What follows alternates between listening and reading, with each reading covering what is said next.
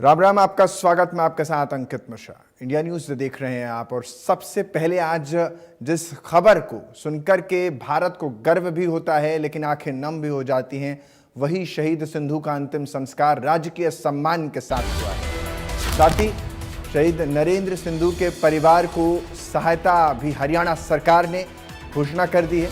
शहीद के परिवार को 1 करोड़ रुपए सरकार देने जा रही है। परिवार को एक सदस्य को सरकारी नौकरी भी देगी। गांव के स्कूलों का नाम शहीदों के नाम पर भी रखा जाएगा, ये भी जानकारी।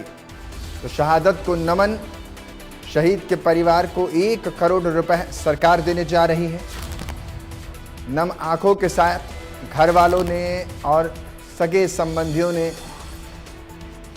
इन्हें विदाई दी। परिवार के एक सदस्य को सरकारी नौकरी देने का भी ऐलान सरकार ने किया है। गांव के स्कूल का नाम शहीद के नाम पर होगा।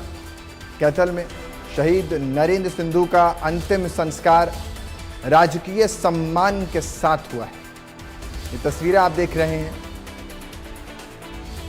शहीद के अंतिम यात्रा में लोगों का सैलाब उमड़ आया और इन सब के बीच अमर रहे का नारा गूंजता विद्यमान रहा। यहां आतंकियों से दरअसल मुकाबले में शहादत हुई और उसके बाद शहीद के परिवार के साथ साथ ये पूरा दुख जो है वो इस इलाके का है, उस गली मोहल्ले का है जहां वो खेले बड़े हुए और देश के नाम मर मिटने की कस्में खाईं। परिवार इस वक्त शोक संतप्त है। तमाम जो लोग हैं वो भी यहाँ एक झलक पाने के लिए ललाहित रहे। अपने बेटे को, अपने स्टेट के सपूत को सम्मान के साथ विदा करने के लिए राजकीय सम्मान तो था ही,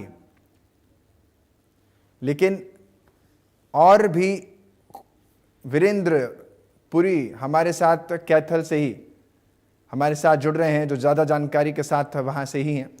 वीरेंद्र, क्योंकि आज सबकी आंखें नम हैं और ऐसी घड़ी है कि परिवार को इस वक्त सबसे ज़्यादा ज़रूरत उसी देश की आ पड़ी है जिस देश के लिए उनका बेटा शहीद हुआ है।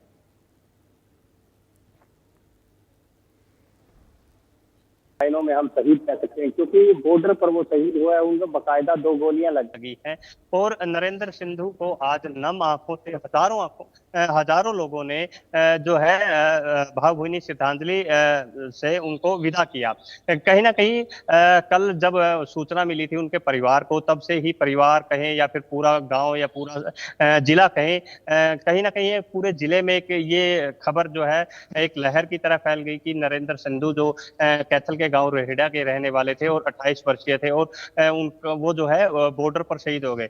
जो नरेंद्र संधू है वो उनकी ड्यूटी 4 साल पहले जम्मू कश्मीर के कुलगांव में लगी थी और वो 9 राज राइफल में तैनात थे। और वहां जब ये भी कहा गया कि जो पहलगाम के जो आतंकी थे उनमें एक आतंकी जो मारा गया है उनकी गोली से, कहीं ना कहीं वो उस 14 की लिस्ट में था जो नरेंद्र सिंधु की गोली से मारा गया। कहीं ना कहीं वहां पर जो 2 आर्मी के जवान जो है, एक सूबेदार प्रमोद गौड़ और एक नरेंद्र सिंधु, 2 शहीद हुए हैं। इसके अलावा कई आतंकी भी मारे गए। कहीं ना कहीं आज उनका जो पार्थिव शरीर है उनके गांव, पैतृक गांव जो रेहड़ा है वहां पर पहुंचा था और हजारों लोगों ने नम आंखों से उनको श्रद्धांजलि दी। और जो पहले उनके घर पर जाया गया, जो उसकी माता है, उन्होंने कहा कि ऐसे जो बेटे हैं वो देश पर शहीद होने पर मुझे गर्व महसूस होता है। ऐसे ही उनकी जो बहनें हैं उन्होंने भी यही कहा।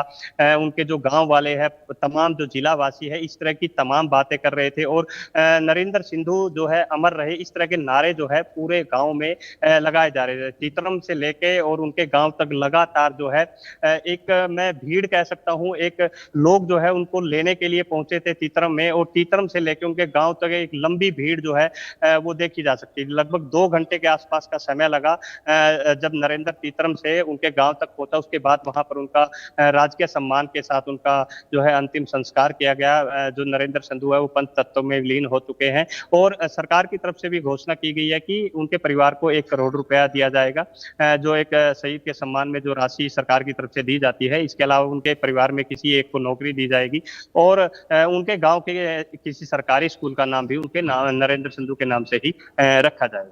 जी। जो हमने देखा कि वहाँ पर भारी संख्या में लोग वहाँ पर पहुँचे हैं उनको देखने के लिए, उनसे मिलने के लिए, या यूँ कहूँ उनके अंतिम दर्शन पाने के लिए।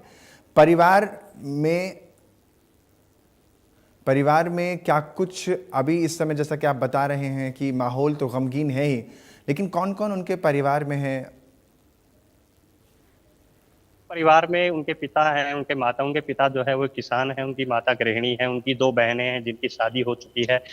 नरेंद्र जो शहीद नरेंद्र है उनका एक छोटा भाई है जो अमेरिका में है और वहाँ वो नौकरी करता है। तो परिवार में ये लोग हैं, लेकिन मैं आपको बताना चाहूंगा जो इसके दादाजी थे वो भी आर्मी थे और उन्हीं से इंस्पिरेशन लेके इन्होंने आर्मी की तैयारी करना शुरू की थी। 10वीं 12वीं की कक्षा के पढ़ाई के बाद ही ये लगातार आर्मी की तैयारी कर रहे थे और लगभग 7 साल पहले ही जो है इन्होंने आर्मी ज्वाइन कर ली थी और अब जम्मू कश्मीर के 9RR राइफल में वो तैनात थे और सोमवार को ही एक मुठभेड़ में उनकी जो है वो शहीद हो गए और आज जो है गांव रोहेड़ा में उनका अंतिम संस्कार किया गया। जी जी, बहुत बहुत शुक्रिया आपका तमाम जानकारी के लिए।